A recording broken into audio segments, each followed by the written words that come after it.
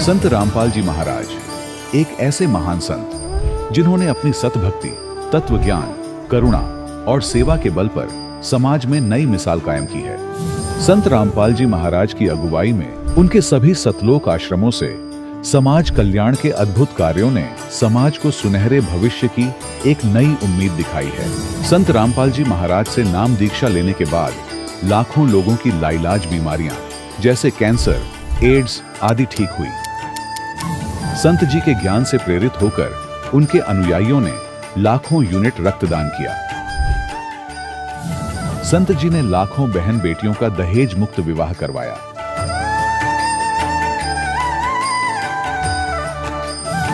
संत जी ने लाखों लोगों का नशा छुड़वाया, करोड़ों उजड़े परिवार बसे। संत जी के आश्रमों में समागम के दौरान निःशुल्क नेत्र चिकित्सा, दंत चिकित्सा प्रदान की जाती है। संत रामपाल जी महाराज द्वारा समय समय पर पर्यावरण संरक्षण के उद्देश्य से बड़े स्तर पर वृक्षारोपण किया जाता है। संत जी ने जरूरतमंदों को तत्काल राहत पहुंचाने के लिए एम्बुलेंस सेवा शुरू की। संत जी अपने अनुयायियों को देहदान के लिए प्रेरित करते हैं, जिससे मानवता की सेवा और चिकित्सा क्षेत्र में सुधार हो सके।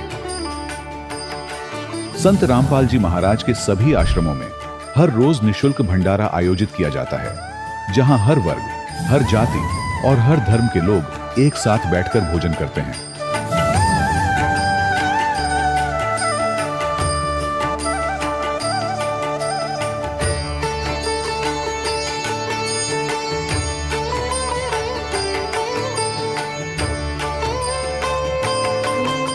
संत रामपाल जी महाराज की अन्नपूर्णा मुहिम ने गरीब और बेसहारा लोगों के जीवन में एक नई ऊर्जा और उम्मीद को जन्म दिया है। घर घर खाद्य सामग्री और जरूरी मदद पहुंचाकर संत रामपाल जी महाराज ने लोगों को दुख और मजबूरी से लड़ने की ताकत प्रदान की है।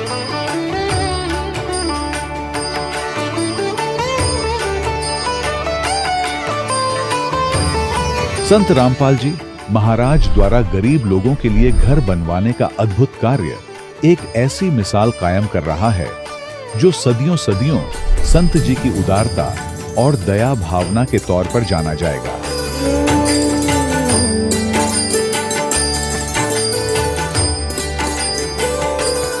संत रामपाल जी महाराज के आश्रम में हजारों बुजुर्गों को सम्मान और प्यार के साथ जीवन जीने का अवसर मिलता है। उनके खाने, रहने और स्वास्थ्य की पूरी जिम्मेदारी संत रामपाल जी महाराज उठाते हैं। अनाथ बच्चों के लिए संत रामपाल जी महाराज के सभी आश्रम किसी वरदान से कम नहीं। यहाँ उन्हें शिक्षा, संस्कार और भविष्य के लिए बेहतर अवसर प्रदान किए जाते हैं। चाहे बाढ़ हो, भूकंप या महामारी, संत रामपाल जी महाराज और उनके अनुयायी हमेशा ही जरूरतमंदों के लिए सबसे आगे खड़े रहते हैं। कोविड महामारी के दौरान संत रामपाल जी महाराज के आश्रमों से करोड़ों लोगों के लिए भोजन, दवाइयां और जीवन रक्षक सामग्रियां उपलब्ध कराई गई। चाहे गरीब की मदद हो या किसी शोषित और पीड़ित वर्ग के हक और सम्मान की लड़ाई, संत रामपाल जी महाराज ने हमेशा ही उनकी दबी आवाज को सरकारों तक पहुंचाया है और उन्हें उचित न्याय दिलवाने में अहम भूमिका अदा की है। समाज में आध्यात्मिक और सामाजिक मूल्यों के प्रति जागरूकता लाने में संत रामपाल जी महाराज हर कदम पर मानवता के सच्चे सेवक साबित हुए हैं। संत रामपाल जी महाराज का जीवन हमें सिखाता है कि सच्ची सेवा वही है जो निस्वार्थ भाव से की जाए। आइए हम भी इस महान सेवा के कार्य में इस महान संत से जुड़ें और संत रामपाल जी महाराज से नाम दीक्षा लेकर अपने जीवन को धन्य बनाएं।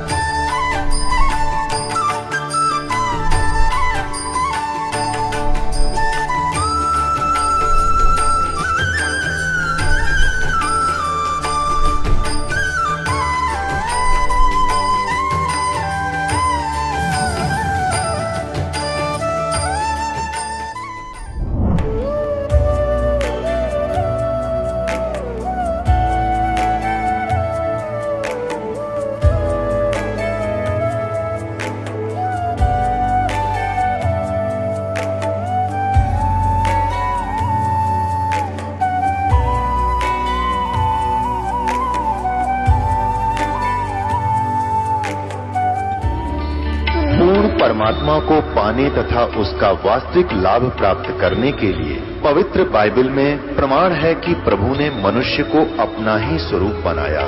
6 दिन में सृष्टि रचकर 7वें दिन विश्राम किया। कुरान शरीफ में प्रमाण है कि हजरत मोहम्मद को खुदा स्वयं कह रहे हैं कि मैंने तुम्हें उस परमात्मा की महिमा बताने के लिए भेजा है। वो परमात्मा कबीर है जिसने 6 दिन में सृष्टि रची तथा 7वें दिन तख्त पर जा विराजा। उसकी खबर किसी बाखबर से पूछकर तो देखो।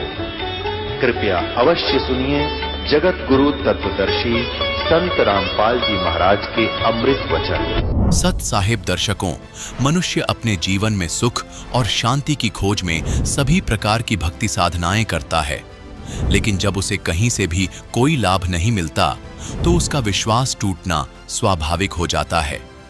दर्शकों, कुछ ऐसी ही कहानी थी हरियाणा के रहने वाले कपिल जी की। कपिल जी ने अपने जीवन में अनेकों प्रकार की पारंपरिक भक्ति साधनाएं अपनाई। इन्होंने व्रत उपवास किए और अनेकों मंदिरों में दर्शनार्थ भी गए, लेकिन इतना सब कुछ करने के बाद भी ना तो इनके जीवन में शारीरिक सुख था और ना ही मानसिक शांति। लेकिन दर्शकों, आज कपिल जी का कहना है कि जब से मुझे संत रामपाल जी महाराज की शरण मिली है, तब से मेरा जीवन पूरी तरह से बदल गया है। आखिर इसके पीछे की सच्चाई क्या है? आइए सुनते हैं कपिल जी की कहानी, उन्हीं की जुबानी। सर नमस्कार। ससैब। क्या शुभ नाम है आपका? कपिल दास जी।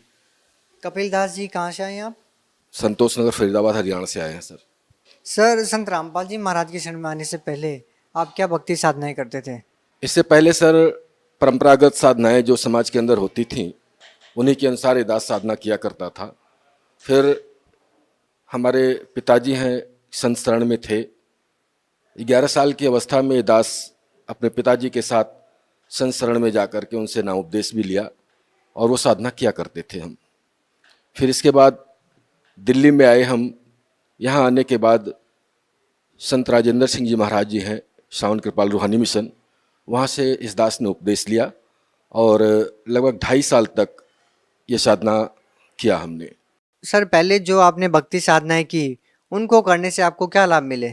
सर ऐसा है, देखिए, इन भक्ति से इसमें लाभ और हानि का कुछ पता तो इस दास को नहीं था, क्योंकि भावना भक्ति की थी और मालिक का दिया हुआ दास के पास सब कुछ था, इसलिए भक्ति लाभ की तरफ कोई उद्देश्य ही नहीं जाता था अपना। बाकी हाँ, इतना जरूर है कि परमात्मा की तरफ भक्ति की एक अलग ही कशिश होती थी। वहाँ पे नाम उपदेश लेने के बावजूद भी, वो भक्ति करने के बावजूद भी आत्मा को पूर्ण संतुष्टि ये नहीं हो पाती थी कि वास्तव में इस भक्ति से हम पूर्ण संतुष्ट हैं। सर, आप संत रामपाल जी महाराज की शरण में कैसे आए? बंदी छोड़ सतगुरु रामपाल जी महाराज की शरण में ये दास हमारे एक मित्र भगत विनोद दास जो फरीदाबाद मुजेसर में रहते हैं, हम दोनों लोग एक साथ काम किया करते थे। तो उन्होंने मालिक का सत्संग उस समय 2005 में टीवी पे आता था, तो वो सत्संग विनोद जी देखा करते थे। तो बीच बीच में वो हमसे इसके बारे में चर्चा करते थे, क्योंकि उस समय इस दास को इतना ज्ञान नहीं था और ये संत राजेंद्र सिंह महाराज जी से जुड़ा हुआ था। तो जो कुछ भी विनोद दास जी मेरे से बंदी छोड़ सतगुरु रामपाल जी महाराज के बारे में जो कुछ भी बात बताते थे, तो मुझे बड़ा अजीब सा लगता था और मैं उनको डांट देता था कि भगत जी ऐसा है, आप जो है ऐसी बातें मत किया कीजिए, क्योंकि संत वो ठीक नहीं होता है जो अन्य संतों की निंदा करता हो। इसलिए हम उनको शांत कर देते थे। लेकिन एक दिन अचानक ऐसी दया हुई मालिक की कि उन्होंने आकर के इस दास से ये कहा कि भगत जी, आप जो भी भक्ति कर रहे हैं वो आपकी भक्ति ठीक नहीं है, आपका नाम ठीक नहीं है, आप काल की साधना करते हैं। उन्होंने ऐसा जब बोला तो मुझे एक बिल्कुल झटका सा लगा, क्योंकि ये आत्मा परमात्मा की तड़प में लगी हुई थी, परमात्मा की खोज में लगी हुई थी, परमात्मा की भक्ति कर रही थी। उसके बावजूद भी अगर कोई ये कहता है कि आपकी भक्ति ठीक नहीं, आपका साधना ठीक नहीं है, तो एक अजीब सा झटका लगता है। तो मैंने उनसे पूछा, भगत जी आप ऐसा क्यों कह रहे हैं? तब उन्होंने बताया कि देखिए, मैंने सतलोक आश्रम से बंदी छोड़ सतगुरु रामपाल जी महाराज से हमने उपदेश ले लिया है। और उनके सत्संग के माध्यम से मैं आपको ये बताना चाहता हूँ कि जो भी साधना इस संसार के अंदर आप कर रहे हैं, जिस भी मिशन के अंदर कर रहे हैं, जो नामदान आपको मिला हुआ है, ये नाम आपका ठीक नहीं है। फिर उन्होंने प्रमाण दिखाया गीता के अंदर कि देखिए इसके अंदर ये बातें बताई गई हैं और ये मंत्र हैं और इस विधि से इस जीवात्मा का कल्याण होगा। तब इस दास को झटका लगा।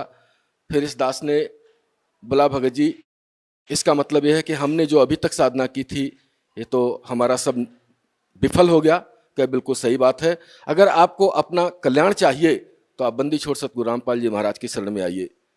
उसी दिन तत्काल हम और विनोद दास जी दोनों लोग सतलोक आश्रम 1 दिसंबर सन 2005 में जाकर के बंदी छोड़ सतगुरु रामपाल जी महाराज की शरण में गए और उस मालिक ने दया करके इस दास को अपनी शरण में लिया।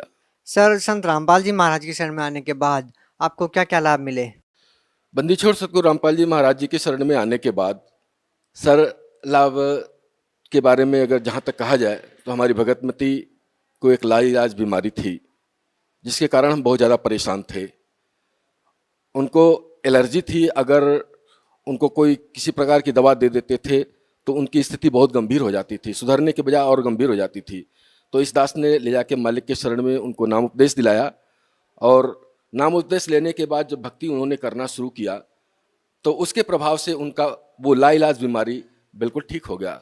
और हमारा एक बड़ा लड़का जिसका नाम विशाल है, उसको दौरे आते थे और वो कहीं पे भी उसके दौरे आ जाते थे और वो अचेत पड़ जाता था। फिर इस दास ने उस बच्चे को भी ले जाकर परमात्मा की शरण में नाम उपदेश दिलाया। फिर उस बच्चे की बीमारी बिल्कुल ठीक हो गई। इस तरीके से और भी बहुत से लाभ हैं भगत जी, कहाँ तक हम आपको लाभ गिनाएं। मालिक ने इतनी दया कर रखी है कि आज सबसे बड़ा लाभ तो परमात्मा ने इस दास को दिया कि हमको मोक्ष का मार्ग और आत्म कल्याण का मार्ग परमात्मा ने दे दिया और आज अपनी शरण में रखे हैं। यही सबसे बड़ा लाभ इस दास को है। बाकी ये सांसारिक लाभ जो हैं ये तो रूंगे में हैं। सर, हिंदुस्तान में बहुत सारे धर्मगुरु हैं, आप उन सबको छोड़कर संत रामपाल जी महाराज की ही शरण में क्यों गए? देखिए जी, हम सभी संतों की शरण में गए, सबके ज्ञान को सुना हमने और हमें कहीं पे कुछ मिला नहीं। लेकिन बंदी छोड़ सतगुरु रामपाल जी महाराज के ज्ञान को जब सुना मैंने तो मुझे ये महसूस हुआ कि यहाँ पे जो भक्ति है, वास्तविक भक्ति ये है और आत्म कल्याण और मोक्ष का मार्ग ये है। हमको मोक्ष का मार्ग यहाँ पे मिला, इसलिए हमने बंदी छोड़ सतगुरु रामपाल जी महाराज को गुरु के रूप में स्वीकार किया। सर, आप भगत समाज को क्या संदेश देना चाहेंगे? भक्त समाज को ये दास संदेश क्या देगा? परमात्मा खुद अपनी वाणी में कहते हैं कि ये मानुष जन्म दुर्लभ है, मिले न बारंबार, जैसे तरवर से पत्ता टूट गिरे फिर बहुर न लगता डार। तो मालिक खुद संदेश देते हैं इस मनुष्य समाज को कि वो तत्व ज्ञान और वो मोक्ष का मार्ग बंदी छोड़ सतगुरु रामपाल जी महाराज जी के पास है। उसी से इस जीवात्मा का कल्याण हो सकता है, बाकी और दूसरा कोई साधन नहीं है। आप सभी भक्त आत्माओं से इस दास का एक नम्र निवेदन है कि आप बंदी छोड़ सतगुरु रामपाल जी महाराज के ज्ञान को समझ करके और उनसे उपदेश लेकर के अपना आत्म कल्याण कराएं। सर, बहुत बहुत धन्यवाद आपका। नमस्कार जी। सत्य। दर्शकों, अभी आपने सुने संत रामपाल जी महाराज से दीक्षा प्राप्त करके सुखी हुए भक्त के अनुभव। अब देखिए जगत गुरु तत्वदर्शी संत रामपाल जी महाराज के मंगल प्रवचन। गुरु बिन माला फेरते, गुरु बिन देते दान, गुरु बिन दोनों निष्फल हैं, चाहे पूछो वेद पुराण। गुरु बड़े गोविंद से मन में देख विचार, हरि सुमरे वो रह गए, गुरु सुमरे होवे पार। अब परमात्मा कहते हैं गुरु गोविंद दोनों खड़े, काके लागू पाए, बलिहारी गुरु अपना, जिन गोविंद दियो मिलोए। सात द्वीप नौ खंड में गुरु से बड़ा ना कोई, करता करे न कर सके, गुरु करे सो होवे। सतगुरु के उपदेश का लाया एक विचार, जय सतगुरु मिलते नहीं, जाते नरक द्वार। नरक द्वार में दूत सब करते खेचा तान, उनसे कभू ना छूटते, फिर फिरते चारों खानी। चार खानी में भरमते, कभू ना लगते पार, सो फेरा सब मिट गया, मेरे सतगुरु के उपकार। सात समुद्र की मसी करूं, लेखनी करूं बन राय, धरती का कागज करूं, गुरु गुण लिख्यो न जाए।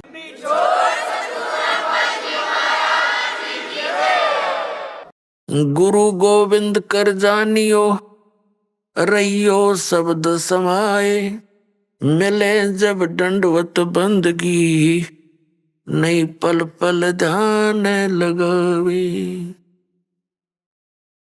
गुरु मानुष कर जानते ते नर कहिए अंध, ओवे दुखी संसार में आग काल के फंदे। गुरु को मानुष जो गिने और करे चरणामृत को पान, ते नर नरक में जावेंगे, युग युग होवे समान। पुण्यात्माओं, परमात्मा ने गुरु के महत्व को कितने गहरे शब्दों में समझाने की चेष्टा की है। पुण्यात्माओं, परमात्मा कहते हैं कबीर हरि जय रूठ जा, गुरु की शरण में जावे। कहे कबीर गुरु रूठ गए, तो हर ना करे सहाय। अब क्या बताते हैं कि सतगुरु के उपदेश का लाया एक विचार, जय सतगुरु मिलते नहीं, हम जाते नरक द्वार। पुण्यात्माओं, आपने महावीर जैन जी का इतिहास बहुत बार देखा है, दास ने दिखाया है। वो पुण्यात्मा भक्ति के लिए घर भी त्याग दिया, अपने दादाजी से उपदेश लिया, ऋषभदेव जी से, वो मारीची जी ने, और वही आत्मा आगे चल के महावीर जैन हुआ। महावीर जैन के जन्म रूप में जन्मने से पहले उस आत्मा ने 80 लाख बार तो देव पद प्राप्त किया, देवता बना, और बाकी 60 करोड़ बार गधे की योनि, 30 करोड़ बार कुत्ता, 20 करोड़ बार बिल्ली, पता नहीं कितनी बार हाथी, नपुंसक, शिकारी रहा। तो जब तक सतगुरु नहीं मिलते, ये प्राणी साधना करता करता भी दुखी रहता है। इसलिए परमात्मा बताते हैं सतगुरु के उपदेश का। पृथ्वी पर सतगुरु एक ही होता है एक समय में, अनेक नहीं होते। जैसे परमात्मा स्वयं आए थे कबीर जी, वो अकेले ही, पर वो तो परमात्मा भी थे और सतगुरु भी थे। वो तो सर्वे सवा थे, और उस समय 64 लाख शेष थे मालिक के। पुण्यात्माओं, विचार करने की बातें हैं, क्योंकि हम लाल की महिमा से परिचित नहीं थे। लाल की को सुनते अवश्य थे कि वो बहुमूल्य होता है, लेकिन पहचान नहीं थी। हम भगवान को सर्व सुखदाई, सब संकटों से निवारण करने वाला मानते हैं, इसलिए ही उसकी खोज में हम जगह जगह भटक रहे थे। लेकिन हमने उस लाल की हमें पहचान नहीं हुई। उन स्वार्थी लोगों ने कौड़ी को हमें लाल बताकर हमारे को दे दिया। हम उन कौड़ियों को लाल समझकर गठड़ी बांधे फिरे थे। अब दास को पता चला, परख हुई, लाल और लालड़ी को परख करने की बुद्धि दी भगवान ने, और वही दास ने आपके साथ कर दी। आपको भी लाल परखने योग्य ज्ञान दे दिया। तो पहले हम साधना ठीक ना करके कितने कष्ट उठाए,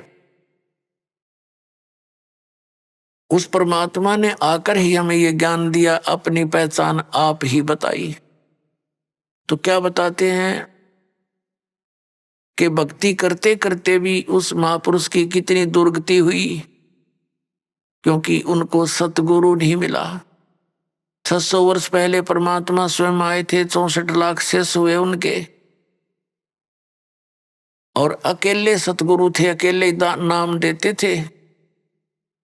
और पुण्यात्मा उस समय ना कोई मीडिया था, ना कोई पुस्तक का लेखन करके कहीं भेजा जा सकता था। आदरणीय धर्मदास साहिब जी ने कबीर साहब की वाणी लिपिबद्ध करके रख ली थी, लेकिन उसको बार बार इतनी को हाथ से लिखने में तो 10 साल फिर लग जाए उसको। तो ऐसे जैसे आजकल परमात्मा ने दया बख्शी है, अक्षर ज्ञान दिया, पेपर दे दिया, इस पर पुस्तक परमात्मा की महिमा लिखकर हमने आपको भेज दी, पुस्तकें बना बना कर। फिर ये इलेक्ट्रॉनिक सिस्टम परमात्मा ने दिया, सीडी का ये बना के दे दी, चिप चल पड़ी परमात्मा की दी हुई है। ये गॉड गिवन इंस्ट्रूमेंट है, ये मनुष्य के सत्र के बनाए हुए नहीं है, ये भूल जाना आप।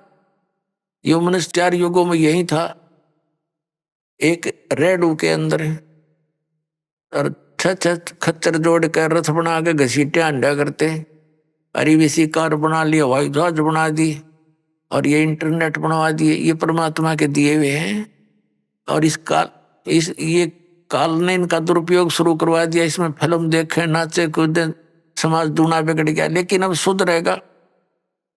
यहाँ पर कोई भी पदार्थ है, उसके गुण अवगुण दोनों चले, लेकिन हम अवगुणों को त्याग कर गुणों को ग्रहण करेंगे, हमें ज्ञान हो जाएगा। तो कहने का भाव यह है कि 64 लाख शेष होना उस समय एक दानक के, जुल्हे के, ये कोई बालकों का खेल नहीं है, जिसको हम एक शूद्र कहते थे। एक कवि कह के सीमित कर दिया था, फाइनल को क्लोज कर दी थी उनकी फाइल को। अब वह फाइल फिर खुली उस भगवान की। वो परमात्मा है, हमारे पिता हैं।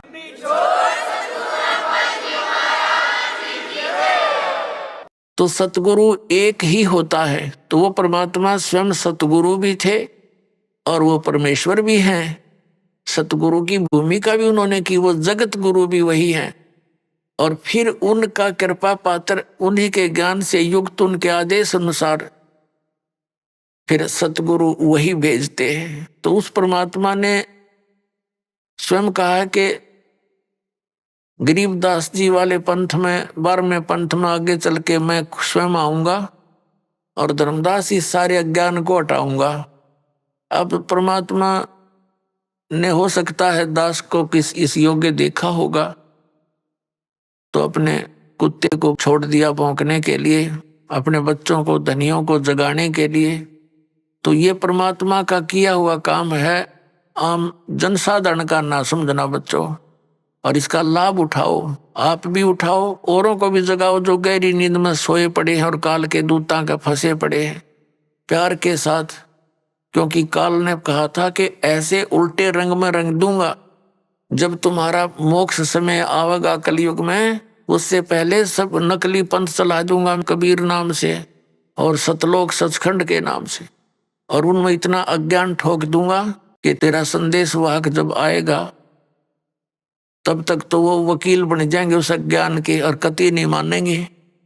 परमात्मा ने कहा था कि हमें मनाना आता है, उस समय शिक्षित करूंगा। परमात्मा ने कहा था, उस समय बता दिया था धर्मदास को कि अभी तू चुप रहना, इसको जिक्र ना करना। सबको शिक्षित किया दाता ने। ये इंटरनेट प्रोजेक्टर बनवा दिए, दूर बैठे आप देख सकते हो क्या बोला जा रहा है, क्या लिखा है सदग्रंथों में, सामूहिक तौर पर सीडी के माध्यम से, टीवी के माध्यम से। तो ये परमात्मा का किया हुआ कार्य है। पहले परमात्मा स्वयं एक दिन में हजार हजार जगह प्रकट हो जाते थे, क्यों तो भगवान है, वो तो जो चाहे सो कर सकते हैं।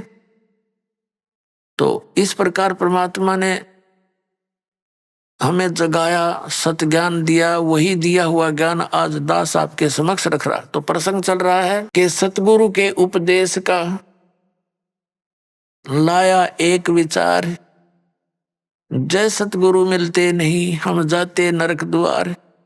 पुण्यात्माओं, इन वचनों को गणी गहराई तो सुना करो, इनको हृदय में जाने दो कानों के माध्यम से।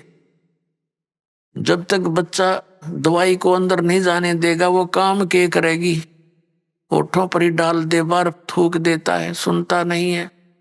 तो इनको बहुत गहराई से सत्संग के समय तो आप एकाग्रचित हो जाया करो और परमात्मा के इन वचनों पर गहराई से सोचा करो।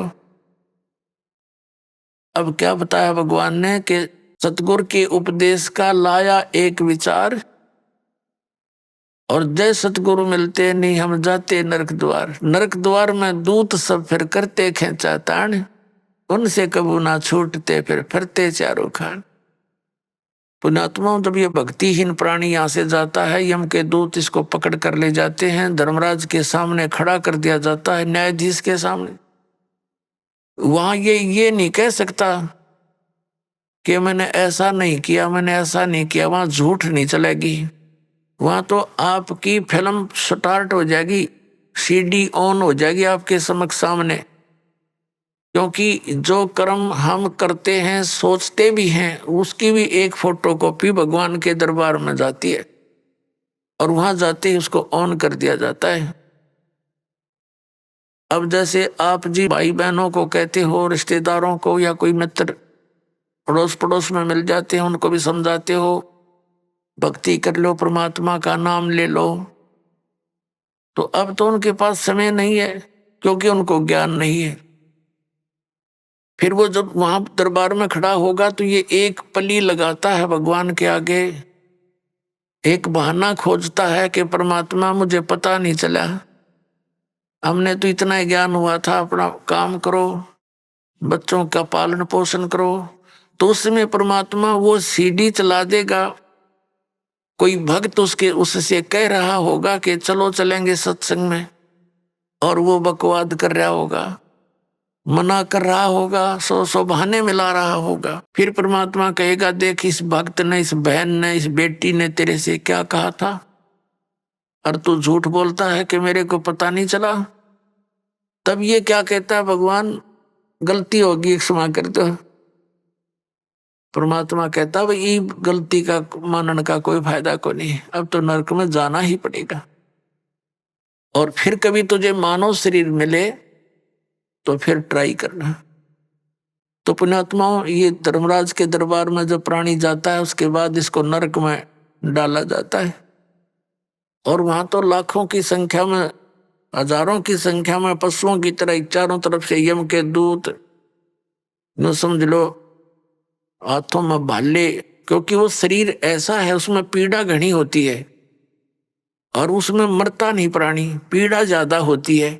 तो उसमें सीधे भाले ठोके, आंखों में मारेंगे न सीधे, और ऐसे जैसा भी हाथ में आओ उतना लठ मारते हैं और उनको जबरदस्ती नरक में ठोक देते हैं, धक्के मार मार के वो उल्टे बाजे उनके लठ मारे, और जैसे पशु को फाटक में रोकते हैं ऐसा ठोक दिया जाता है।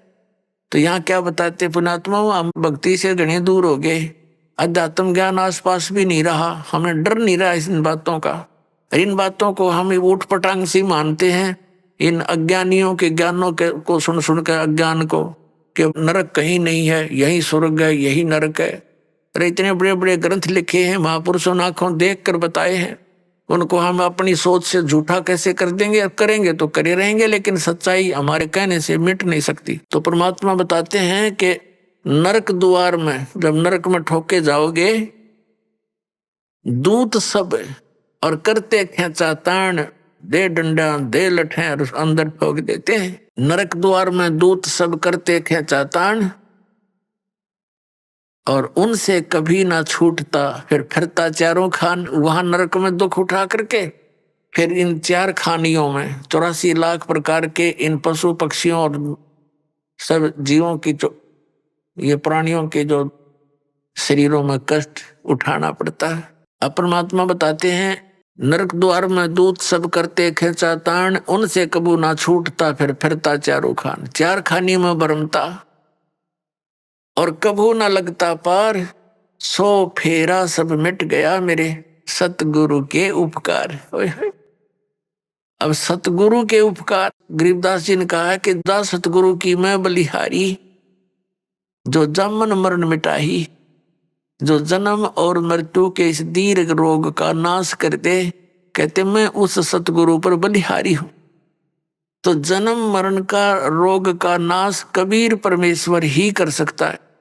और कबीर परमेश्वर जिस भी अपनी आत्मा को, दास को यहाँ भेजता है अपना सामर्थ्य देकर, यह उसके द्वारा परमात्मा ही करवाता है।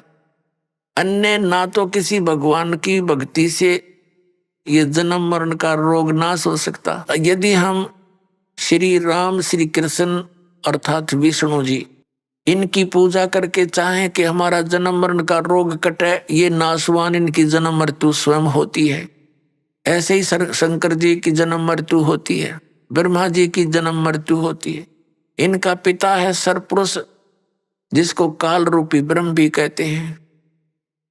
जो गीता बोल रहा है श्री कृष्ण जी में प्रवेश करके, वो स्वयं स्वीकारता है। गीता जी अध्याय नंबर 4 के श्लोक नंबर 5 और 9 में, अध्याय नंबर 2 के श्लोक नंबर 12 में, गीता जी अध्याय नंबर 10 के श्लोक नंबर 2 में ये कहता, अर्जुन तेरे मेरे बहुत जन्म हो चुके हैं, तू नहीं जानता मैं जानता हूं। तो इससे सिद्ध है कि इस ब्रह्म की पूजा करने वाला भी जन्म मरण के रोग से नहीं बच सकता।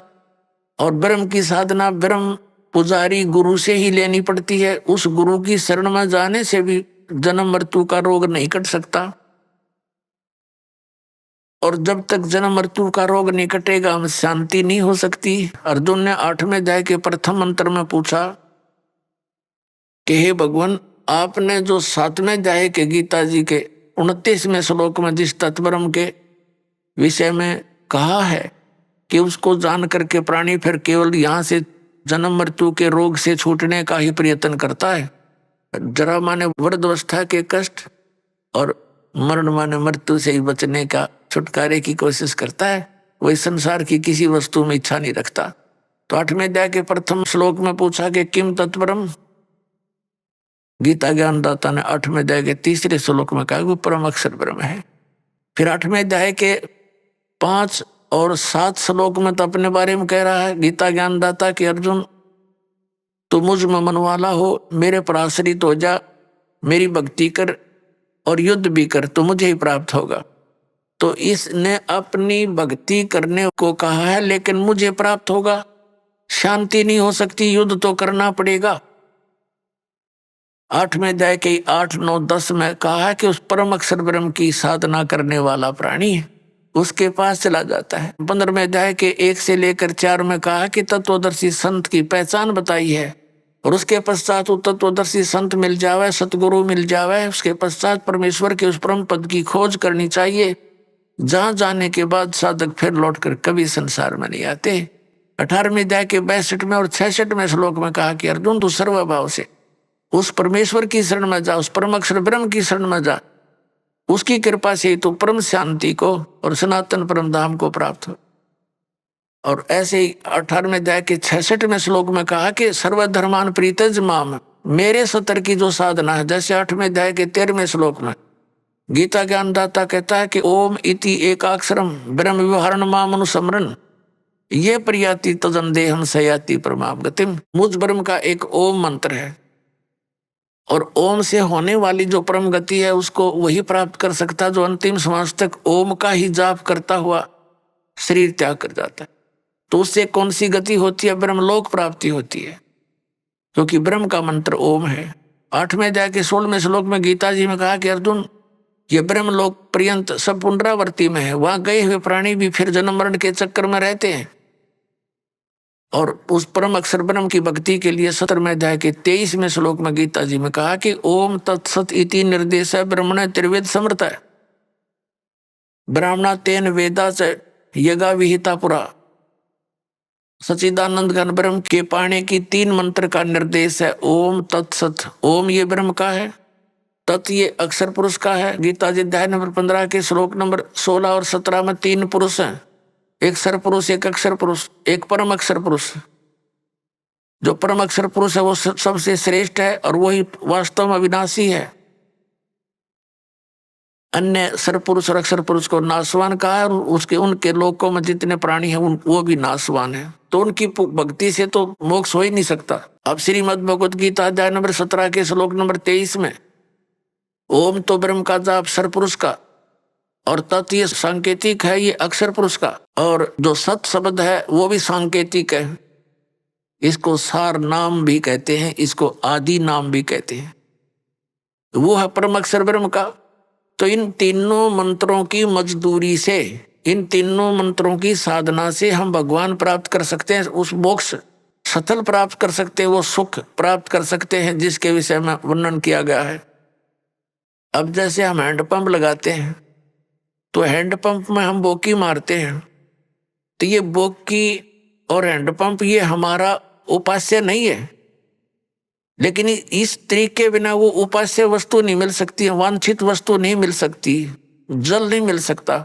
तो ये पूजा नहीं कर रहे हम तो वो साधन अपनाया है जिससे वो जल मिल जाए।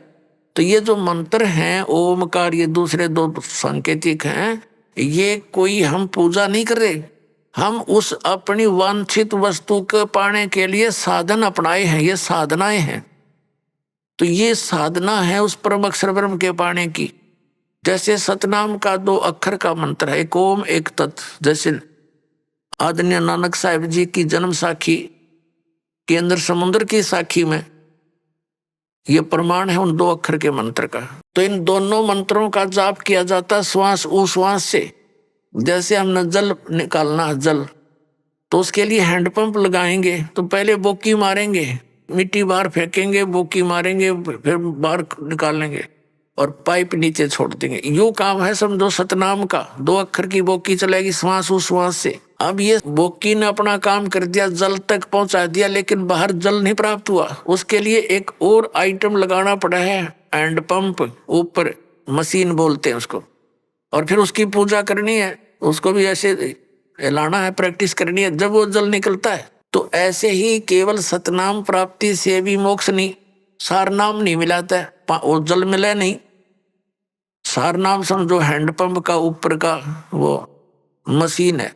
तो ये मशीन उसी समय लगी हुई सक्सेस होगी जब वो जल पाइप पूरी जल तक पहुंच चुकी होगी। बीच में अगर कोई कहे हैंडपंप लगा दे, मशीन फिट कर दे, मिस्त्री कभी नहीं करेगा। तो ये दास आपको ये सब व्यवस्था बता रहा है, ये आपने करनी है, मजदूरी करनी है इसकी। और जब सारनाम का समय आएगा, आपकी पाइप पहुंच जाएगी जल तक के आसपास, तो फिर हैंडपंप यानी सारनाम आपको दिया जाएगा। तो इस प्रकार उस परम अक्षर ब्रह्म के पाने का ओम तत्सत ये 3 मंत्र का जाप है। ओम ये ब्रह्म का है, तत् ये अक्षर पुरुष का है, उसको परब्रह्म भी बोलते हैं, और सत ये परम अक्षर ब्रह्म का, इसको पार ब्रह्म कहते हैं। पार ब्रह्म, एक परब्रह्म, एक पार ब्रह्म, एक ब्रह्म। ब्रह्म तो ये सरपुरुष है, ये काल भगवान 21 ब्रह्मांड का स्वामी। अक्षर पुरुष इसको परब्रह्म कहते हैं, ब्रह्म से नेक्स्ट भगवान, पर यानी दूसरा। और इससे ऊपर पार ब्रह्म माने सबसे परले पार का, सबसे ऊपर वाला, वो पार ब्रह्म होता है। जैसे आप संतों की वाणी में पार ब्रह्म शब्द सुनते हो, वो परब्रह्म के लिए नहीं है, वो पार ब्रह्म यानी उस सत्य पुरुष के तरफ संकेत है, परम अक्षर ब्रह्म की तरफ संकेत। तो उस परमात्मा के पाने का फिर 3 मंत्र का जाप है, ओम तत्सत। तो इस प्रकार हम उस परमात्मा को पाएंगे। कैसे पाएंगे? गीता जी अध्याय नंबर 18 के श्लोक नंबर 66 में कहा है, इस गीता ज्ञानदाता ब्रह्म ने सर्वधर्मान परित्यज माम एकम शरणम व्रज अहम तवा सर्व पापे भ्या मोक्षामि मा शुच। ये क्या कहता है कि मेरे सत्तर की जितनी पूजाएं हैं वो मुझ में छोड़ दे, मुझे दे दे मेरे सत्तर का जो तूने मजदूरी करी है, फिर मैं तुझे यहां से जाने दूंगा नहीं, तू मेरा बंधक मजदूर है और मेरा कर्ज उतार दे। फिर तू उसकी शरण में जा, एकम माने जिसके बराबर दूसरा ना हो, अद्वितीय, जिसके समान दूसरा कोई शक्तिशाली भगवान ना हो, उस एकम शरणम व्रज, उसकी शरण में जा। और इन अज्ञानी हमारे धर्मगुरुओं ने अनुवाद करता है, ऋषि मंडलेश्वर ने अनर्थ कर रखे गीता जी में, अनुत्तम मान्यता थी उत्तम बता रहे हैं ये, देखिए ने व्याकरण बदल डाली अपनी अज्ञानता के कारण। और व्रज माने जाना होता है, ये आना बोलते हैं, आना लिखा हुआ अनुवाद कर रखा है। इंग्लिश का वर्ड है गो, और गो माने जाना होता, आना तो हो ही नहीं सकता। ये तो मूर्ख, अगर कोई उस सेंटेंस को ना समझकर उसका अर्थ आना कर रहा है तो वो बिल्कुल अज्ञानी व्यक्ति है, वो आशय को समझा नहीं, उस प्रकरण के आशय से वो परिचित नहीं है। जैसे गीता जी अध्याय नंबर 2 के श्लोक नंबर 7 में अर्जुन स्वयं स्वीकार रहा कि मैं आपकी शरण हूं, आप मेरे गुरु हो, अब मेरी बुद्धि काम नहीं करती, मुझे निर्णायक ज्ञान दो, मैं आपकी शरण हूं।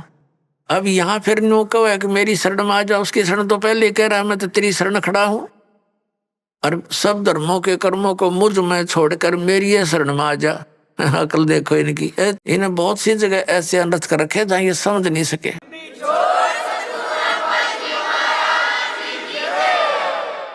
तो ये हमें ओम नाम का जाप इसको दे देंगे काल को, ये हमें यहाँ से जाने देगा, नो ड्यू सर्टिफिकेट लिख देगा ये।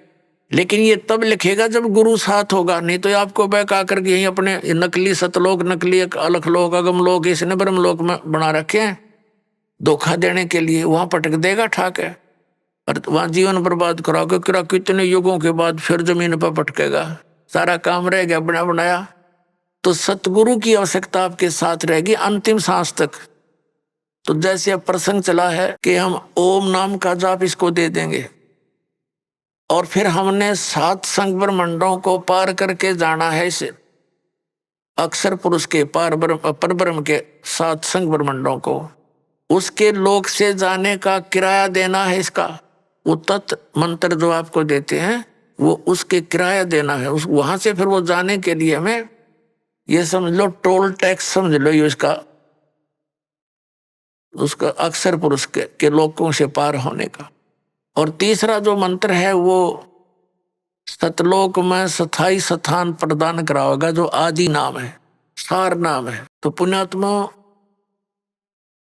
गीता जी अध्याय नंबर 8 के श्लोक नंबर 8, 9, 10 में गीता ज्ञानदाता कहता है कि उस परम अक्षर ब्रह्म की साधना करेगा तो उसको प्राप्त होगा। उसकी साधना का मंत्र ये बताई दिया, ओम तत्सत नथिंग एल्स इति निर्देश है, बस यही निर्देश है। निर्देश का mean final direction, nothing else. और गीता जी में ना हरे राम हरे कृष्ण, ओम नमः शिवाय, ओम भगवते वासुदेव नमः, ये इस तरह की कोई मंत्र नहीं है। और जो श्रीमद् भगवत गीता में वे ऑफ वर्शिप नहीं है, पूजा का मार्ग नहीं है, उसको जो करता है तो शास्त्र विधि को त्याग कर मनमाना आचरण कर रहा है। अब प्रसंग आता पुण्यात्माओं, जो शास्त्र विधि को त्याग कर मनमाना आचरण करते हैं उनको न तो सुख हो न उनकी गति हो, बताओ, और न ही उनकी कोई कार्य सिद्धि हो। तो फिर इसीलिए तो हम भक्ति करते हैं और वो तीनों व्यर्थ, तो वो साधना के करने का कोई लाभ नहीं। इसी कारण से हम नास्तिकता की तरफ चल पड़े, भगवान को खोजते खोजते हम हार थक चुके हैं। अंत में हमने घुटी सूटी का सहारा ले लिया, चोरी ठगी करके हम सेठ साहूकार बनने की चेष्टा कर रहे हैं, वो दूने दुख उठा लेते हैं, पाप इकट्ठे कर लेते हैं। तो इस प्रकार इस ज्ञान से हमें ये विष दिखाई देगा। परमात्मा कहते हैं जैसा दर्द अपना हो ऐसा जान बराने। पुण्यात्माओं, आप किसी ऑफिस में जाते हैं, दयाहीन प्राणी हो गए, उनको दर्द नहीं दिखाई देता कि कहाँ से आया है ये व्यक्ति, भूखा प्यासा है, उनको केवल अपना बकवाद उद्देश्य उनका उल्लू सीधा हो जाता है, तो वो आपका कार्य करेंगे ना, तो कति नहीं करें, चौड़नी चाहिए उन्हें पहले। अब दास जब नौकरी लगा 1977 में, तो उसमें कोई एक आध अधिकारी के ऊपर उंगली टिका करती कि वो भ्रष्ट है, बाकी सब ठीक थे। अब एक आध अधिकारी कर्मचारी रह रहा, उस पर उंगली टेके कि यूं ठीक है, बाकी सब एक जैसे हो गए। तो या क्यों बिजली गिर गई? अज्ञान से। पहले डरते थे भगवान से, भगवान का भय निकल गया और विष खाने लग गए, हाहाकार मच गई। एक शहर में देख लो डॉक्टर है भगवान, दुनिया भर के वैद्य डॉक्टरों की दुकान खुल गई। मेडिकल में जाकर देख लो, किसी में खचाखच भरे पड़े हैं, उधर पाप इकट्ठे करें, वहां भोगे पड़े पड़े। यही परमात्मा कहते हैं जीवित जग में जूती पड़े फिर जम तोड़े छाती। हाँ, जीवित यहाँ पर माटी होगी, गिरा गई यम के दूध गढ़ेंगे वो नारे दुख तुम्हारे ऊपर। तो इस विष ने कौन खाओगा जब ज्ञान हो जाएगा? तो ये कारण क्यों हो गया? क्योंकि हम भगवान के विधान से अपरिचित होकर पाप कर रहे हैं। अब छोटे छोटे बच्चों को दास देखता है, बड़ी खुशी होती है। वो कहता जी मैंने ऐसे बेड़ी उठाकर दे दी गलती से, रोता है मेरा नाम खंड हो गया। तो पुण्यात्मा ये समाज तैयार होगा क्या? ये बच्चे बुराई करेंगे? आगे चल के ये ऐसा सोच समाज तैयार हो जाएगा, इनको देख देख और आदमी भी दूसरे भी इनका अनुसरण करेंगे। छोटे छोटे बालक ऐसे नेक नीति से रह रहे हैं। एक छोटा सा बच्चा, उसको 100 का नोट मिल गया, गली में पड़ा था, आते उसने अपनी माँ को दिया कि वहां पड़ा था। उसकी माँ ने कहा नहीं बेटा इसको हम नहीं प्रयोग करेंगे, इसको उठा के यहाँ दान पात्र में डाल दिया। तो और नहीं तो पहले तो जब ज्ञान ना होता माँ सबसे पहले जेब में डाले। पहले तो बच्चा ना घर लेकर आवा करा पता नहीं कहाँ उड़ा, उसकी टॉफी खावे रोरन खवावे फिर। तो इस प्रकार परमात्मा के इस ज्ञान से ऐसे रंगे जाओगे आप, सपने में भी नहीं गलती कर सकते। और माया की आवश्यकता होगी तो भगवान दूर नहीं, ये सत्कर मान लेना। भगवान को किस लिए खोजते थे? हमें किस चीज की डिमांड हो आगे धर देगा ठाक, आपका सत्कर मान लेना। भगवान इसी को कहते हैं। ये कोई बालकों का खेल नहीं है। नहीं फिर क्यों ड्रामा करते हैं भक्ति की?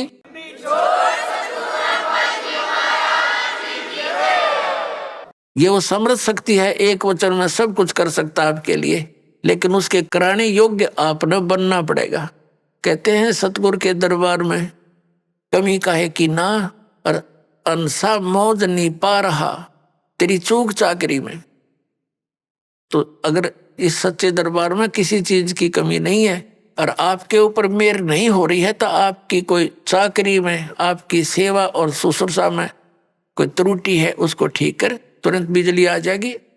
करंट आने के लिए, बिजली पावर आने के लिए हमने उस योग्य बनना पड़ता है, गुड कंडक्टर। तो बिजली आई सारे काम होंगे फिर तो जो उसके गुण हैं। तो उस बिजली को आने के योग्य बनाओ, और इसी तरीके से बनोगे आप, इस ज्ञान से, इस भक्ति से समर्पित हो जाओगे। अब प्रसंग चल रहा है सतगुरु के उपदेश का, लाया एक विचार, जय सतगुरु मिलते नहीं जाते नरक द्वार। अब नरक द्वार में दूत सब करते खेचा तान, उनसे कबू ना छूटता फिर फिरता चारों खान। के दुर्गति होती चार खानी में भ्रमता कदे ना लगता पार। और ये सब फेरा मिट गया मेरे सतगुरु के उपकार, यानी उस परम संत, उस संत की कृपा से, इस मंत्र की प्राप्ति से मेरा यूं सारा जो दुख था ये बाईपास निकल गया। 100 फेरा सब मिट गया मेरे सतगुरु के उपकार। फिर क्या बताते हैं? 7 समुद्र की मसीह करूं और लेखनी करूं बन राय, धरती का कागज करूं गुरु गुण लिखो न जाए। होय होय। अभी आपने सुने संत रामपाल जी महाराज के मंगल प्रवचन। आइए अब सुनते हैं संत रामपाल जी महाराज से नाम दीक्षा लेकर सतभक्ति करके अद्भुत लाभ प्राप्त करने वाले अनुयायी के विचार। दर्शकों, मनुष्य जब अपने जीवन में सभी प्रकार की परंपरागत भक्ति साधनाओं को करता हो, लेकिन फिर भी उसके जीवन में सुख मिलने की बजाय बीमारियां बढ़ती ही जाएं, तो ऐसे में उसका भगवान पर से विश्वास डगमगाना बिल्कुल स्वाभाविक हो जाता है। दर्शकों, ऐसी ही कुछ कहानी थी पंजाब के रहने वाले दिनेश कुमार जी की। दिनेश कुमार जी अपने जीवन में सभी प्रकार की भक्ति साधनाएं करते थे, लेकिन इसके बावजूद भी इन्हें लाइलाज बीमारियों ने घेर रखा था। लेकिन दर्शकों, आज दिनेश कुमार जी का कहना है कि जब से मैं संत रामपाल जी महाराज की शरण में आया हूं, तब से मेरा जीवन ही बदल गया है। संत रामपाल जी महाराज द्वारा बताई गई शास्त्र अनुकूल भक्ति को करने से मेरी और मेरे परिवार की बीमारियां और परेशानियां छूमंतर हो गई हैं। तो दर्शकों, आखिर संत रामपाल जी महाराज द्वारा बताई गई भक्ति में ऐसा क्या है जो आज लाखों करोड़ों लोग उनको भगवान बता रहे हैं? आखिर इसके पीछे की सच्चाई क्या है? आइए सुनते हैं दिनेश कुमार जी की कहानी, उन्हीं की जुबानी। सर नमस्कार। नमस्कार जी। क्या नाम है आपका? मेरा नाम दिनेश कुमार बाबलाई। दिनेश कुमार जी कहाँ से आए हो? मैं पंजाब से हूँ जी, जिला पटियाला, तहसील नाभा। सर संत रामपाल जी महाराज की शरण में आने से पहले आप क्या भक्ति साधना करते थे? हम साधना करते थे, गुरुद्वारे में जाते थे, मंदिर में जाते थे, और हमारे जो पुराने बुजुर्ग में से डेथ हुई थी, उनकी मड़ी बनी हुई थी, वहाँ माथा टेकते थे। 2 साल पुराने से वहाँ से माथा टेका जा रहा था। वहाँ की चौकी लगती शनिवार को, वहाँ जाते थे हम सबसे ज़्यादा। सर पहले जो भक्ति आप करते थे उनसे आपको क्या लाभ मिला? लाभ तो जी कुछ नहीं मिला, क्योंकि हमारे पिताजी थे वो बहुत मतलब ठीक नहीं थे। वो हमारी माताजी को बहुत पीटते थे, हम भी बहुत गरीबी में थे। तो मैं सोचा करता था कि हमने कोई बुराई नहीं की, कुछ नहीं, पता नहीं क्यों मैं ऐसे पिताजी मिले हैं। तो फिर भी हम मंदिर में जाते थे, गुरुद्वारे जाते थे, माथा टेकते थे, बस बहुत दुखी थे हम। सर फिर आप संत रामपाल जी महाराज की शरण में कैसे आए? हाँ, वो थोड़ा विस्तार से बताऊंगा आपको, क्योंकि ऐसी परेशानी हो गई थी कि वक्त बीतता चला गया, मेरी शादी हो गई। तो उसके बाद स्थिति घर की ख़राब थी, और मेरा एक बेटी हुई, उसकी डेथ हो गई। फिर मेरा बेटा हुआ, वो भी पेट में डेथ हो गई, और 2 दिन बाद डेथ हुआ, बच्चा हुआ वो। तो उसके बाद तीसरा मेरा बेटा हुआ, वो 7वें महीने में डॉक्टरों ने जवाब दे दिया था कि आपका क्रिटिकल केस है, ये यहाँ ठीक नहीं होगा। तो फिर मैंने पटियाला में हॉस्पिटल है बहुत बड़ा, उसमें बात की, तो वो बोले जी आपका बच्चा बचाएंगे लेकिन पैसा बहुत लगेगा। तो मैंने घर का फर्नीचर, बर्तन, यहाँ तक के मकान की रजिस्ट्री के कागज़ बैंक में रख के लोन लेके वो भी उस पर लगा दिए, और मेरा बच्चा वो बड़े ऑपरेशन से हो गया। 2 महीने तक मशीन में रखा, और उसके बाद 1 साल तक उसको मैं लेके कभी किसी डॉक्टर के पास फिरता रहा। मुँह में झाग आता था, आँखें ऊपर हो जाती थी, दौरे पड़ते थे, कभी लैट्रिन आती थी, खाना नहीं खाता था। डॉक्टरों ने कहा था कि माँ का दूध नहीं इसको पिलाना, इसको हजम नहीं होता। तो उसको डब्बे वाला दूध घोल के पिलाते थे, वो नहीं ठीक हुआ। 1 साल तक बहुत दुख काटा हमने। उसके बाद मैंने सोचा अभी 2 बच्चे पहले चले गए, अब ये भी ठीक नहीं है, और घरवाली मेरी रोती रोती बुरा हाल हो गया। तो मैं आत्महत्या करने की तैयारी थी कि बच्चे को लेकर के हमारे यहाँ पटियाला में भागड़ा नहर बहुत बड़ी, उसमें आत्महत्या करूँगा। तो मेरे को पुस्तक मिली भक्ति सदागुरु के संदेश, अब उसका नाम ज्ञान गंगा हो गया। तो वो पुस्तक मेरे को मिली, तो मैंने वो पुस्तक पढ़ी। वो आधी पुस्तक पढ़ी थी तो मेरे को ज्ञान हो गया, क्योंकि मैं उससे पहले ये टीवी सीरियल आते थे, विष्णु पुराण, शिव पुराण, महाभारत, रामायण, तो ये हमने सब देख रखे थे। तो उसमें हमने देखा कि ये जो देवी देवता की भक्ति है, ये भक्ति सही नहीं, ये लाभ दे ही नहीं सकते। तो मैंने उसके बाद तो उसमें लिखा हुआ था कि जो भक्तों के नाम ले रखा है जिन्होंने रामपाल महाराज जी से, उनको जो दुख थे उनके दुख दूर हुए हैं। तो सबसे बड़ा मेरे को दुख था मेरा बच्चा ठीक हो। तो मैं वो पुस्तक पढ़ करके वहाँ गया रामपाल महाराज जी के पास। तो वहाँ मिला उनसे, वो कहते जी आपने शराब नहीं पीनी, तम्बाकू नहीं खाना, सिगरेट नहीं पीनी, और मीट नहीं खाना। हमने कहा हम तो पहले गुरुद्वारे में जाते थे, हमको मालूम है ये चीज़ गलत है, हम तो पहले से नहीं करते। सर संत रामपाल जी महाराज से नाम दीक्षा लेने के बाद आपको क्या लाभ मिला? संत रामपाल जी महाराज जी से नाम लेने के बाद मैंने भक्ति जब वो उन्होंने दी, मैंने वो भक्ति करनी शुरू की। तो मेरा बेटा धीरे धीरे ठीक होने लग गया, और 4 महीने के अंदर वो एकदम ठीक हो गया। उसके दौरे बंद हो गए, और वो दूध पीने लग गया, और एकदम स्वस्थ हो गया वो। और उसके बाद जब ये लाभ देखा तो मेरी भक्तमती बोली कि मैंने सबसे बड़ा से नाम लिया, अब मैं आपके साथ चल के देखती हूँ। तो उन्होंने ज्ञान सुना, तो उन्होंने भी नाम ले लिया। मेरी माता जी थी, तो उनकी कमर में दर्द रहता था बहुत, तो उन्होंने नाम लिया, उनका कमर दर्द भी ठीक हो गया जी।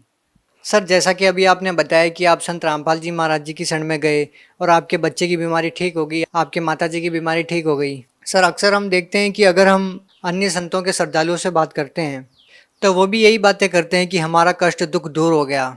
तो क्या सर संतों से नाम लेने के लिए केवल यही एक माध्यम है कि इनको गुरु बनाया जाए, इन्होंने हमारा कष्ट दूर कर दिया, या फिर आपने संत रामपाल जी महाराज के अंदर और भी ऐसी बातें देखी जिनसे प्रभावित होकर आपने संत रामपाल जी महाराज से नाम दीक्षा ली? मैंने नाम लेने से पहले पुस्तक ज्ञान गंगा वो मैंने पढ़ी थी। उसमें लिखा था कि नाम उपदेश किस लिए लेना चाहिए? वो जन्म मरण का रो कटने के लिए ज़रूरी है। हम इस जन्म में थोड़ी बहुत जो आज सुखी भी हैं, वो मरने के बाद फिर 84 लाख जून में जाएंगे, फिर मानव जीवन मिलेगा। ये चक्कर 84 का चलता ही रहता है यहाँ पे। तो मेन उद्देश्य जो मानव जीवन का है वो जन्म मरण से मुक्ति करने का है कि हम उसके बाद किस लोक में जाएंगे, कहाँ रहेंगे, स्थायी स्थान कहाँ मिलेगा। सर आपने गुरु ग्रंथ साहिब पढ़ा है। संत रामपाल जी महाराज जी भी गुरु ग्रंथ साहिब में से कुछ वाणियाँ निकालते हैं जिससे वो सिद्ध करते हैं कि गुरु नानक देव जी के भी गुरु थे जो कबीर साहिब थे और गुरु नानक जी ने उनकी बहुत महिमा गाई। लेकिन सिख धर्म के लोगों का मानना है कि गुरु नानक देव जी के कोई भी गुरु नहीं थे। आप इस बारे में क्या कहना चाहेंगे? देखिए, जो गुरु नानक देव जी गुरु थे, ये इस पे सारा बहुत ज़्यादा पर्दा पड़ा हुआ था और हम खुद गुरुद्वारे में जाते हैं, हमको ज्ञान नहीं। लेकिन अब पता चला रविदास जी, नामदेव जी, नानक जी, अब वो जो संत रामपाल महाराज जी ने उनके सबूत दिए, वाणी से निकाल के दिए, उन्होंने अपने पास से नहीं दिए, वाणी में दिखाया कि उस समय सारे समकाली थे और कबीर साहब जी ही गुरु थे सबके। ये कबीर साहब जी गुरु थे, उनके ऐसे सबूत हमारे गुरु जी ने पेश किए हैं और वो अपने पास से नहीं किए, वो वाणी में साहब किया, वो सिद्ध कर रहे हैं। आप वो सत्संग में देखोगे तो आपको पता चलेगा कि हम अभी तक पर्दा पड़ा हुआ था, अब ज्ञान अब मिलेगा रामपाल महाराज जी सत्संग से। क्या गुरु ग्रंथ साहिब में इस चीज़ का प्रमाण है? हाँ जी, गुरु ग्रंथ साहब में बहुत जगह प्रमाण है जी। और उससे अलावा सारी वाणी गुरु ग्रंथ साहब में नहीं है, और भी वाणी गुरु नानक बाबा जी की बाहर और बहुत है। जो प्राण संगली पुस्तक है और साखी 35 अखरी और है और कई और तरह की हैं, वो तो हमें पता ही नहीं था। हम तो ज़्यादा गुरुद्वारा में जाते माथा टेके वापस आ जाते थे, क्योंकि समय कभी इतने कभी कोई इससे पूछते तो ज्ञान को बता नहीं सकता। तो संत रामपाल महाराज जी हैं जो इसके बारे में पूरा ज्ञान वही देते हैं और सबूत देते हैं, शान पेश करते हैं, बाकी यही बात सच्चाई है। सर संत रामपाल जी महाराज जी नाम दीक्षा देने से पहले कुछ नियम बताते हैं जिनका जिक्र अभी आपने किया। सर वो नियम कौन से हैं? देखिए जी, नियम जो हैं वो हमारे पक्ष में हैं। शराब नहीं पीनी और मांस नहीं खाना और तम्बाकू नहीं खाना, ये जो हैं ये समाज के हक में है और कोई भी सरकार आ जाए इसको कैसे रोकेगी? नहीं रोक सकती, ये ज्ञान से रोकेगा और वो ज्ञान संत रामपाल महाराज जी के पास है, वही इन बुराइयों को रोकेंगे। सर संत रामपाल जी महाराज जी ऐसी कौन सी बातें बताते हैं कि उनसे नाम दीक्षा लेने वाले सभी श्रद्धालु नशा छोड़ देते हैं? देखिए, जो नशा है ये हमें पापी बनाता है। तो जब हमें ज्ञान होगा कि हमें जो 84 लाख जून के बाद ये मानव शरीर मिला है, अगर इस शरीर में हमने भक्ति सही कर ली तो हमारा 84 लाख जन्म कट के जन्म मरण रोग से मुक्त हो जाएंगे। और अगर हमने गलतियां करते रहे तो ये अगले जन्मों में भुगतनी पड़ती हैं। और ऐसा सिर्फ ये नहीं कि संत रामपाल महाराज जी बताते हैं, गुरु ग्रंथ साहब में और भी कितने ग्रंथ हैं, सब में बताया था कि ये जो नशा है ये खराब है और ये आगे जाकर के पाप ही दुख ही देता है। सर आप भगत समाज को क्या संदेश देना चाहते हैं?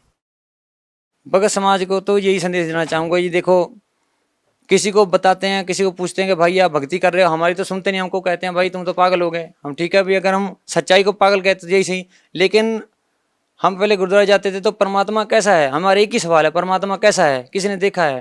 जिन्होंने देखा वो बताया, नानक जी ने देखा, बोले कबीर धारण कर रूप रहा करता रहा, गरीबदास जी ने, नाम जी ने। अब इनकी वाणी को देखोगे तो पता चलेगा। तो परमात्मा कौन है? परमात्मा कबीर साहब है। रामपाल महाराज जी कहते हैं परमात्मा कबीर साहब है और उसके एक नहीं 100 सबूत दे रखे हैं कि परमात्मा कबीर साहब है। और मरने के बाद क्या है, वहाँ हम जाएंगे, परमात्मा कबीर साहब साथ रहेंगे और हमारा मानव शरीर होगा, 16 सूर्यों जितनी रोशनी होगी। अब अगर कोई और भक्त समाज कुछ भक्ति कर रहा है तो क्या सोचे कर रहा है, कोई टारगेट क्या उसकी जिंद भक्ति का? तो मैं तो यही वही बेनती करूंगा सब भक्तों से कि आप संत रामपाल महाराज जी से नाम दीक्षा लो और अपना जीवन कल्याण करो। सर जो लोग संत रामपाल जी महाराज से नाम दीक्षा लेना चाहते हैं वो उनसे नाम दीक्षा कैसे प्राप्त कर सकते हैं? सत्संग आता जी चैनल पर रामपाल महाराज जी का, या पुस्तक ज्ञान अंगा, आप उन पे नंबर लिखे होते हैं जी, आप उन नंबरों पे फ़ोन करके आप पुस्तक मंगा सकते हो और उनसे कांटेक्ट करके आप नाम दीक्षा भी ले सकते हो। हर जिले में नाम दीक्षा स्थल है जी रामपाल महाराज जी का, आप नाम दीक्षा वहाँ से ले सकते हो। बहुत बहुत धन्यवाद सर। थैंक यू जी।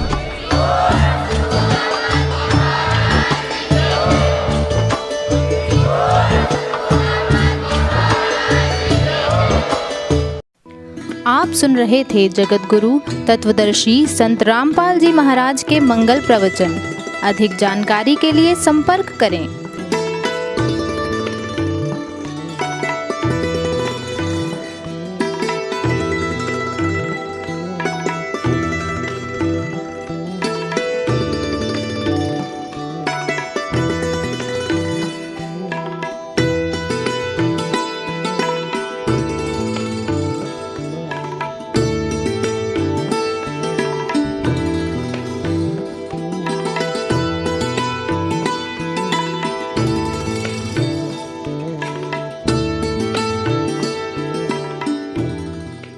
जगत गुरु तत्वदर्शी संत रामपाल जी महाराज जी के पावन सानिध्य में भक्ति की अलख जगाने तथा श्रद्धालुओं को सत्य भक्ति मार्ग का रास्ता दिखाने हेतु कनाडा के लोकप्रिय channel the TV NRI channel पर जगत गुरु तत्वदर्शी संत रामपाल जी महाराज जी के मंगल प्रवचनों का प्रसारण प्रतिदिन सुबह 7:30 बजे से 8:30 बजे तक तथा रात्रि 7:30 बजे से 8:30 बजे तक किया जा रहा है। इस सत्य भक्ति मार्ग को अपनाने के लिए अधिक से अधिक सत्संग प्रसारण देखें। इस सत्संग प्रवचन का सीधा प्रसारण संत रामपाल जी महाराज लाइव सत्संग YouTube चैनल और जगत गुरु संत रामपाल जी महाराज फेसबुक पेज पर भी देख सकते हैं।